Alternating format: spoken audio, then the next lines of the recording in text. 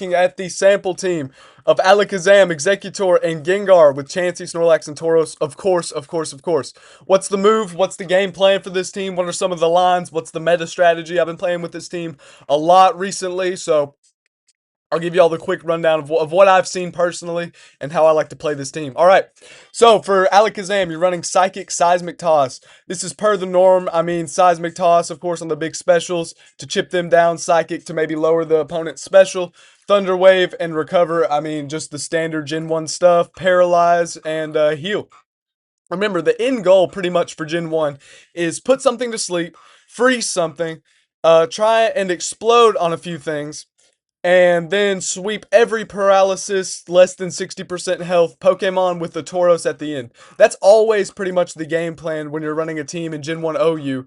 And you want to be keeping these walls on the field as long as possible so you can Thunder Wave as many things as possible. I find that paralysis is essentially the key in Gen 1, as is sleep and as is exploding. These are all momentum building tools that you need to get accustomed with to actually succeed in Gen 1 OU. So, Thunder Wave and Recover per the norm. What are the leads when this goes against something? If it goes against Gengar, I would recommend going Psychic. If it goes against Jinx, I would recommend going Thunder Wave. And if you're going against, any kind of sleeper, I would say go Thunder Wave. But do be warned, they can switch out to their Chansey. And I mean, Chansey is kind of the high target for sleep. You really want to be sleeping Chansey because Chansey is the big special wall. You also may be wanting to sleep Snorlax because Snorlax is the big physical wall. It's really up to you. Although some Snorlaxes are running self-destruct, so it's not as important to sleep them. It's more important to sleep the Chansey. That's mainly the leads and the game plan for Alakazam. Just try and Thunder Wave as many things as you can. Watch out for that early Chansey. I would say probably do a physical move first, just to be sure they don't switch out to that Chansey. Next up, we got Executor. Executor is your sleeper.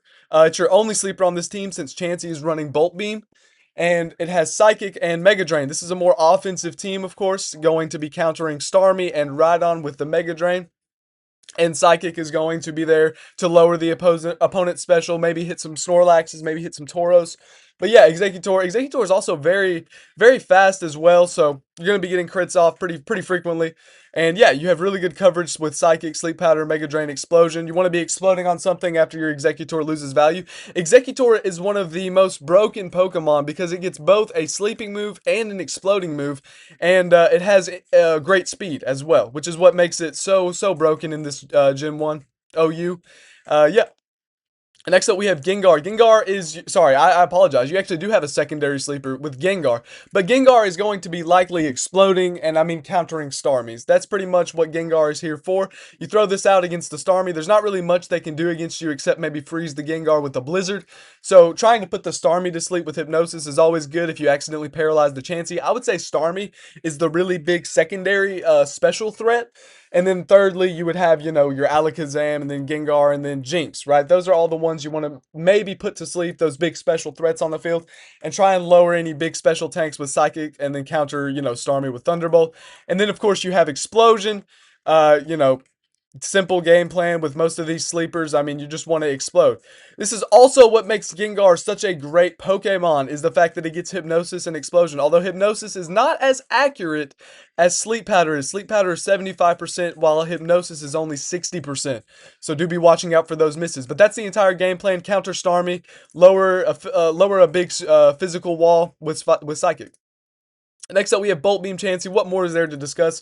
Great Starmie coverage, great water coverage in general. Ice Beam, great flying coverage, great ground coverage. I mean, Ice is just so super effective against everything. It's always integral you have at least one Ice move on a big special wall, just so you can get a lot of value out of the benefits of being weak to Ice. Thunderbolt to counter the Starmies. Do watch out, though, for Rhydon. I mean, if they have a Rhydon and a Starmie on their team, I would probably recommend just getting ready for the swap in and going Ice Beam, not even worrying about Thunderbolting the Starmie, because I mean, it's going to be a 2-hit KO anyways, so might as well just go for the Ice Beam. Thunder Wave and Soft Boiled, of course. You want to be putting as many things in paralysis as you can. I mean, but there's a reason, right? Like Executor doesn't run Stun Powder, and that's because it needs to be offensive. But Chansey already has an offensive move pool, so she only needs the Thunder Wave. And then Soft Boiled to keep this wall on the field as long as possible, just as long as you humanly can. I mean, you'll notice a lot of these Pokemon will have some sort of recovery move. I know Starmie runs a lot of recovery moves, or they'll run some sacrifice move, Explosion, self-destruct, or they'll be just the most broken Pokemon in Gen 1. So yeah, Thunder Wave, Soft Bull, all good. Next up, we got Snorlax, Body Slam, Earthquake, good ride-on coverage, putting things in paralysis like those Starmies, like those Alakazams, like those fucking Zapdos, and it's blowing up on whatever you think you need to. This thing does not have Reflect, so I would say don't be, spamming on Tauros or whatever, but you do have a backup plan if they do send out their Tauros on your Snorlax because you don't have Reflect, right? You just blow it up. So, I mean, yeah, that's really the game plan for Snorlax. Get a lot of things paralyzed with Body Slam, maybe get some things low with some Earthquakies, and then self-destruct on the Tauros whenever they try and switch it in on the Snorlax. And then rest up, of course, whenever, you need to. Lastly, we have Snorlax. There's nothing more to talk about this Pokemon. It's literally just the late game sweeper. You have Stab, Body Slam, Stab, Hyper Beam for paralyzing, and then for, just sweeping everything below 60% health. You have Earthquake for ride-on coverage. You have Blizzard for ride-on coverage, Flying coverage. I mean, even Grass coverage. All that fun stuff. So yeah, you're just running this as a late game sweeper to try and whittle them down slowly, slowly, slowly, with your executors, with your thunder waves, and then just coming in and sweeping them at the very end when they're low health and all paralyzed. That's why you save Tauros for the end typically. Some people will argue that Tauros is a better mid-game pivot, and, I can see the merit to both arguments. Tauros being a mid-game pivot does make him more versatile, but I prefer to save mine towards the very end or not use him at all if I get the chance, right?